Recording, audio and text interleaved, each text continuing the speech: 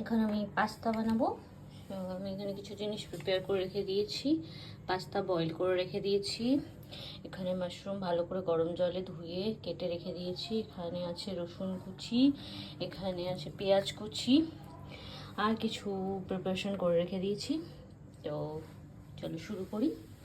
গ্যাসটাকে অন করব। গরম হোক, এর মধ্যে আমি বাটার দেবো। খানিকটা বাটার দেবো, দিয়ে দেবো ভালো করে গোল্ডেন ব্রাউন পর্যন্ত ফ্রাই করবো।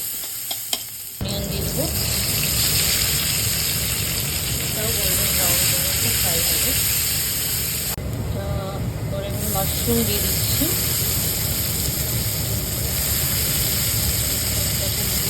ফ্রাই করবো। ক্যাপসিকাম কাটতে ভুলে গেছি, আমি একটু ক্যাপসিকাম কেটেও এর মধ্যে দিয়ে দেবো। ক্যাপসিকাম কেটে নিয়েছি, এগুলো আমি এর মধ্যে দিয়ে দেবো। ভালো করে সবকটা ফ্রাই করে নেবো।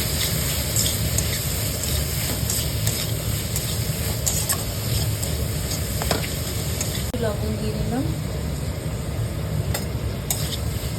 চাইলে চিনিও দেওয়া যাবে, আমি চিনি ভালো লাগে না তাই দেবো না।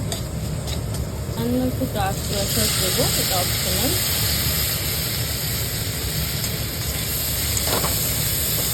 ফ্রাই হয়ে গেছে, এবার এটা তুলে নাও যাবে। আমি এর মধ্যে ডাইরেক্ট একটুখানি 1 টিস্পুন মতো ময়দা দিয়ে দিয়েছি।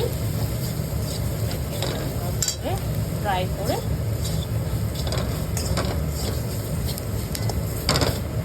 এর মধ্যে দুধ দিয়ে দেবো।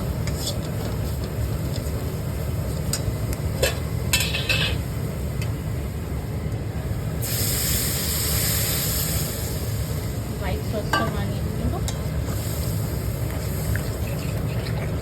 ভেজিসগুলো তুলে নিয়ে পরেও অ্যাড করা যাবে সসটা বানিয়ে। আমি একবারই করে নিচ্ছি সসটাকে।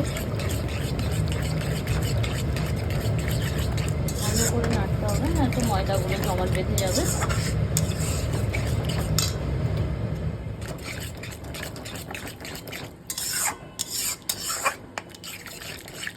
সসটা রেডি হয়ে গেছে। এবার আমি এর মধ্যে পাস্তাগুলো দিয়ে দিচ্ছি। ভালো করে মিক্স করে নেব। আমি পাস্তার জলটাও অ্যাড করে দিচ্ছি। ভালো করে মিক্স করে আমি এর মধ্যে, এটা চাইলে পুরোটা দুধ দিয়েও করা যাবে। আমি হাফ হাফ করছি, হাফ দুধ হাফ পাস্তার জল। এর মধ্যে এবার বেসিক কিছু মশলা অ্যাড করব।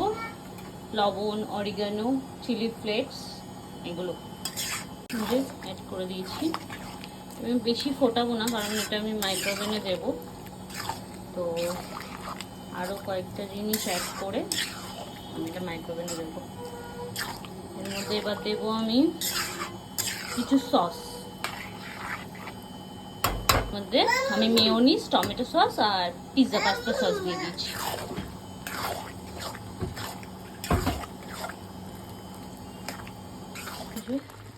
পাস্তা ডান। এবার আমি এটা মাইক্রোওভেনের মধ্যে দেবো বেক করার জন্য। এটা প্রিহিট করতে দেবো। মাইক্রোওভেন প্রিহিট হয়ে গেছে। এবার আমি এটাকে স্টপ করে ভিতরে এটা দিয়ে দেবো। এটাকে দিয়ে দিলাম 10 মিনিটের জন্য, 10-15 মিনিটের জন্য।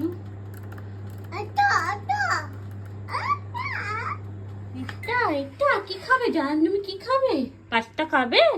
আচ্ছা, পাস্তা হচ্ছে। পাস্তা হয়ে গেছে, দেখি কিরকম দেখতে হয়েছে। যে পাস্তা হয়ে গেছে,